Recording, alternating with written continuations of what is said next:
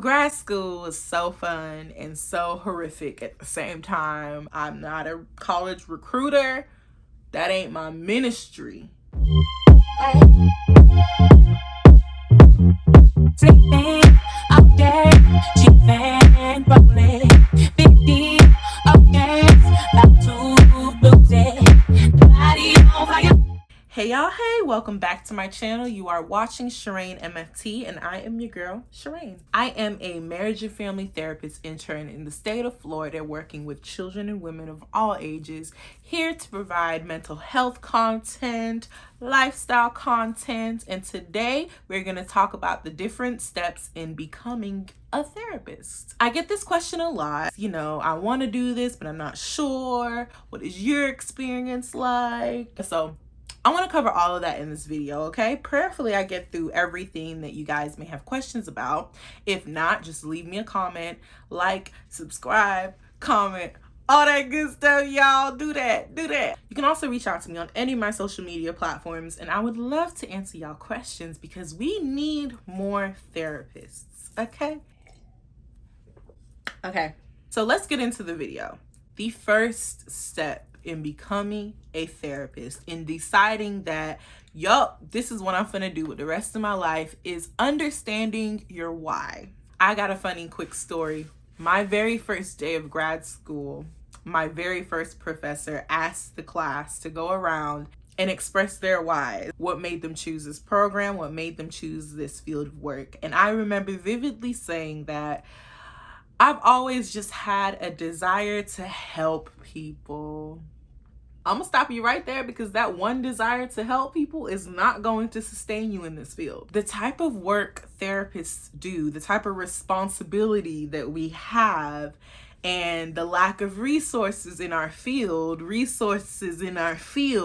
is not going to sustain you on those really tough days just because you want to help people.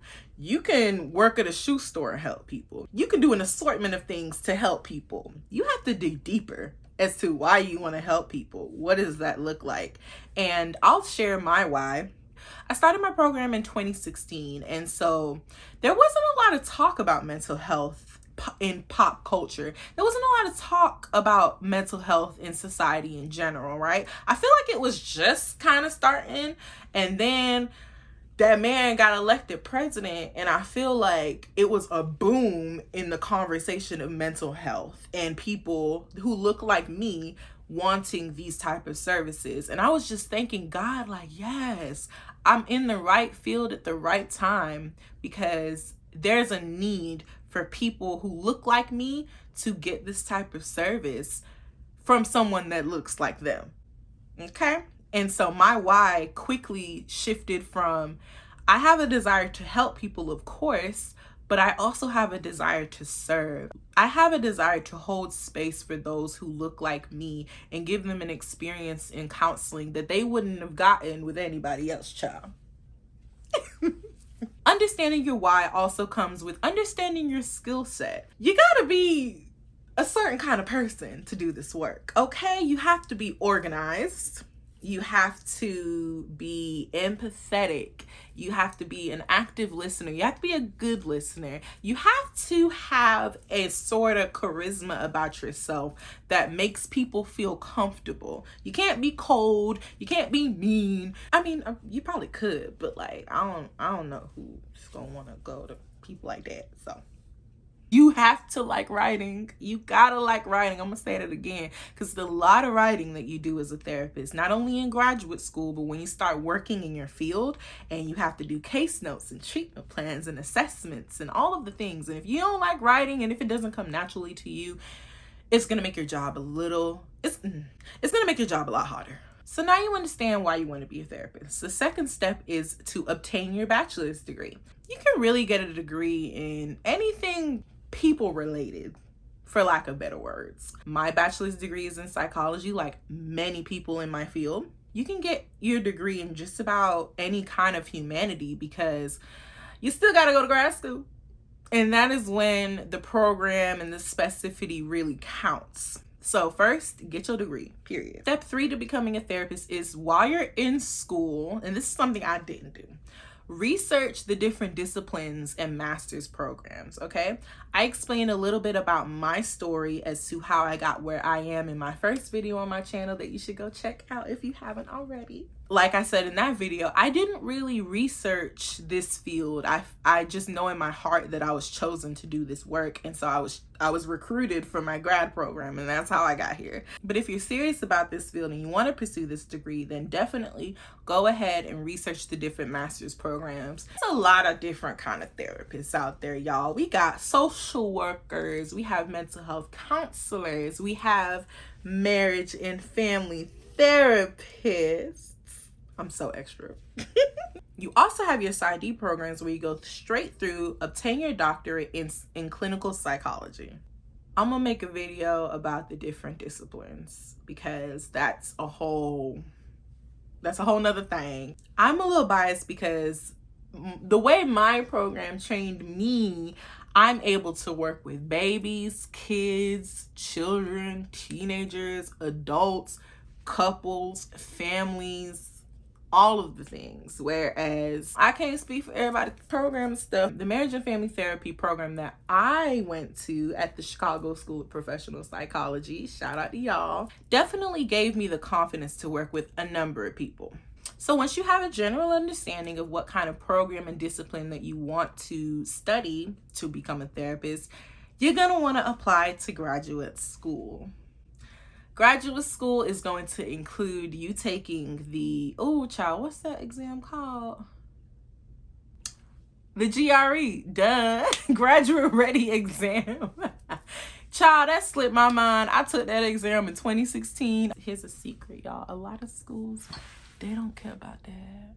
Let me not say that because I don't know about the big Ivy League schools and stuff. I don't know. I'm not a college recruiter.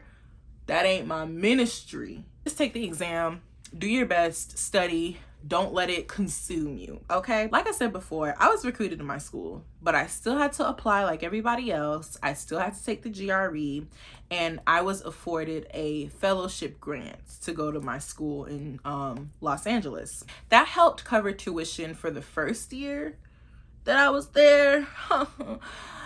It ain't covered the other two that I really got to pay for now because it's very expensive. Very expensive. So while you're applying to school, I 110% recommend applying to fellowships and scholarships, and even applying to schools that only offer fellowships and scholarships.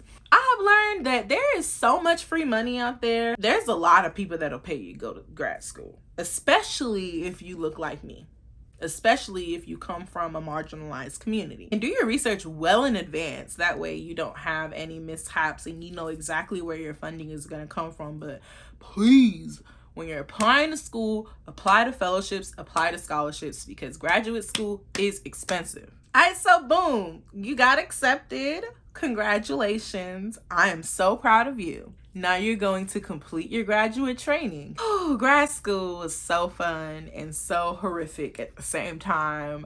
I'll probably do another separate video on my experience in general. Not only did I go to school, I also moved far, far, far away from home. I moved to the other side of the country for 3 years, and that experience, as well as going to school to be a therapist, is just, it was a lot, y'all.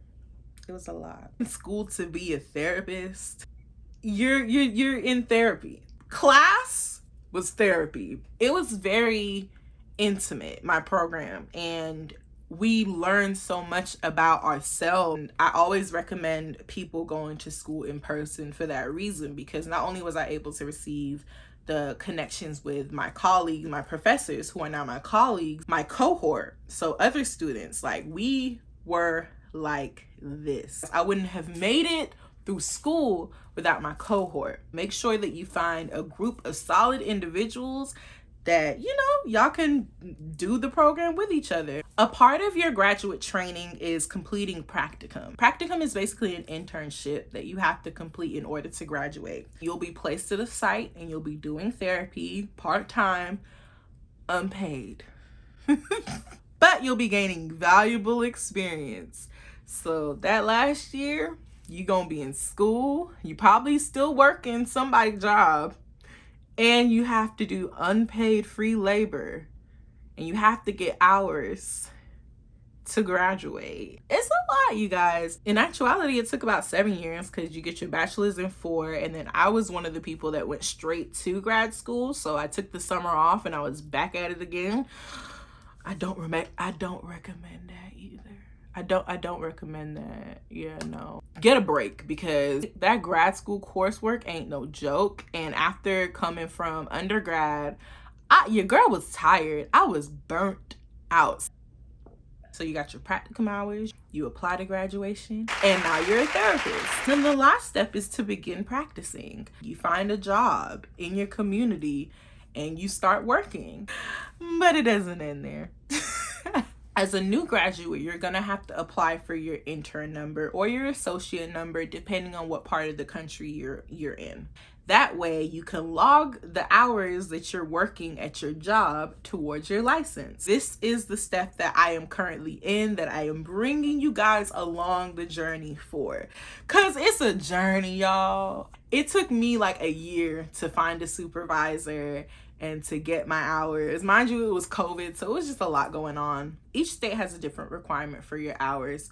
Each state, you're gonna have to take a really, really, really, really, really hard exam. That's definitely on my list of things to do. So you're a therapist once you graduate school, but in order to become a licensed clinician in this field, you have to be licensed in order to make the money. All the big therapy jobs are going to want licensed clinicians, and that's why you just have to keep going. And a lot of clinicians stop once they graduate and just get comfortable working at a community mental health center and not getting their hours. But child, you best believe your girl here is going to be licensed in the next couple of years, okay? I don't want to stray anyone away from becoming a therapist, because this is the most rewarding work that I could have ever done.